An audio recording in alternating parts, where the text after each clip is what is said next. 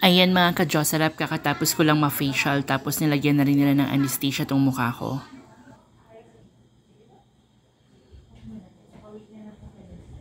Yes. Parang ang dami niya. Parang yellow agad siya. Oo. Mas maliliit yung mga nagpa-birth kayo, no? Okay. Pero dito lang talaga yata. Ito yung problem na. Ganyan kasi talaga. Kung saan yung problem area mo, dun talaga siya mag-birth. Dahil nakapag natapos niyo, at least 3 months.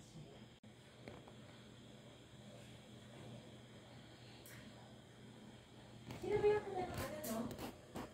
For cholesterol? Kaya na kung diet mo na ito. Okay lang, ikaw. Hindi kita.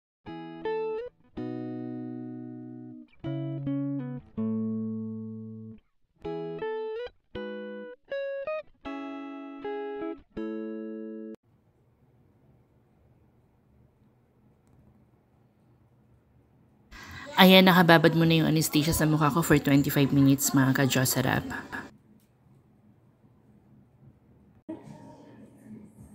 Mas mamumula pa tayo later, sir, kasi mamay-kunid lang tayo. So, expect the redness. Lip light ka tayo.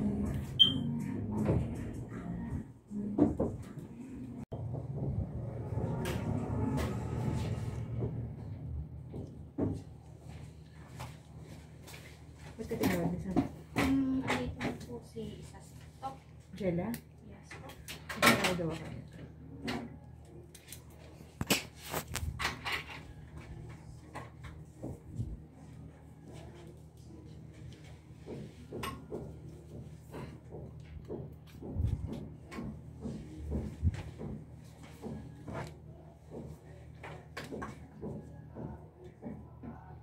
Naririnig mo yun?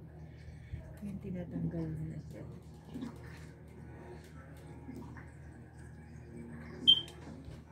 Sakit? Kaya? Mukha lang masakit.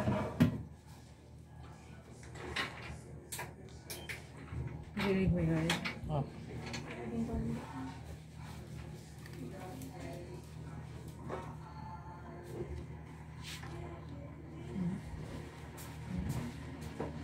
Kasi bago ka mag-proceed ng mga ibang procedures, ay maganda matanggal mo na yung mga adhesions dito sa ilalim after.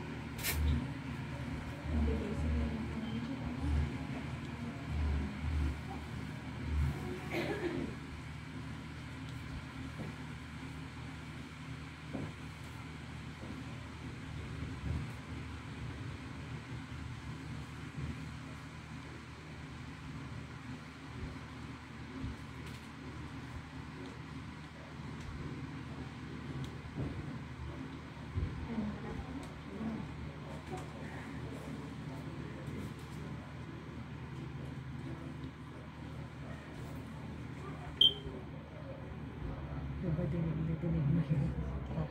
Pero kamusta 1 to 10? Ano po daw? Kamusta yung pain? Kaya naman. Mga nasa 7.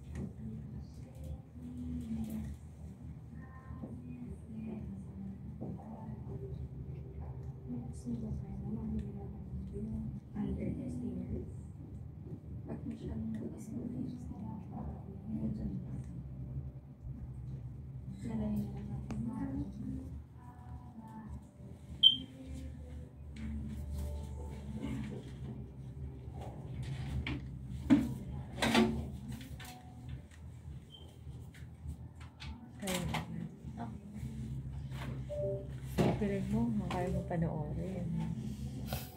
Kahit first time.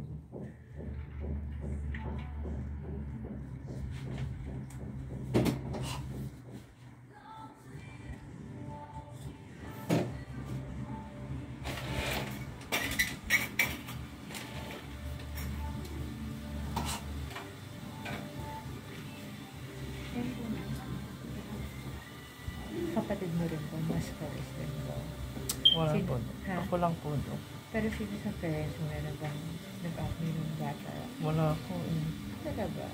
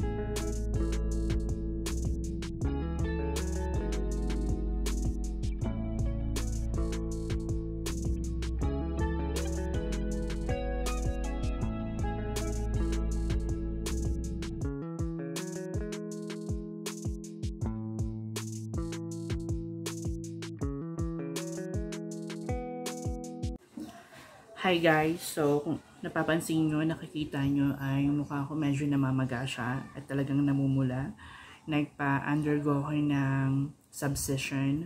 Okay, dahil meron nga akong mga acne scars na medyo lumalim na. Hindi ko naman pinuputok o tinitires. Kusa daw talaga siyang lalalim, sabi ng doktor. Kasi nga yung dead skin cell natin is hinahatak ng cells. Kapag yung mukha natin nagkaroon siya ng dark spot, meron daw siya parang, alam mo yung parang ugat ng puno sa mukha natin sa ilalim. Ngayon kapag naging dead skin cell na siya, hahatakin ng parang ugat. Yan. Kaya parang ganito guys, yan, 'di ba? Pantay-pantay ang mukha, yung face natin. Ang mangyayari dahil nga nagkaroon tayo ng acne marks, ang gagawin niya, ihilahin niya pababa. Yan. So kaya nagkakaroon ng lubog sa face. Okay, so nagpa-undergo ko ngayon ng subcision sa Lib Medical Aesthetic and Wellness Center. Okay? Yan. Yung kinuha ko is yung promo nila ngayon, yung Trinity Acne Scar Treatment. Yan, subcision. So, tatlo yung ano niya guys, kasama sa ginawa na treatment. Merong TCA cross, subcision with biofillers, and PRP facial. 3 procedures in 1 session. So, yun yung inabil ko. Okay? Tapos, nagbigay din sila ng serum. Gagamitin natin yun for good in 3 days. Okay? Tapos, nagbigay din sila sa akin ng list ng mga dots. Okay? Yan kung ano yung bawal, post-treatment instruction. Ayan, babasahin ko ha guys. Ayan, nandito. Okay, so no washing of the face for the first 24 hours. A serum will be given post-treatment and will be applied for 3 consecutive days. And then, kailangan gumamit tayo ng moisturizer is needed to be applied for at least 7 days. Sunblock needs to be applied daily. Avoid sun exposure. Avoid swimming 2 weeks post-procedure. And then, to follow up after 1 month, avoid using active ingredients such as retinol, AHA, and BHA for 1 week. Okay? And then, mga ka-Jocerap, ayan. Ayan, mga ka-Jocerap, kung napapansin nyo, namumula siya, tapos namamaga. Yung area ng face ko kung saan tinurukan ng subcision, kung saan ginawa ng subcision. Okay? 3 days daw yan mamumula. Tapos 7 days magbabakbak. Huwag mo siyang aalisan kapag nagbakbak. Kusa lang daw yan mawawala. Kasi pag inalis mo siya, parang may infect pa yung face mo. Okay? So, ayan. Kung nakikita nyo, i-update ko kayo mga ka-Jocerap kung ano ba yung journey natin sa subcision. Okay? Ayan. No makeup. Yan. Only natural look.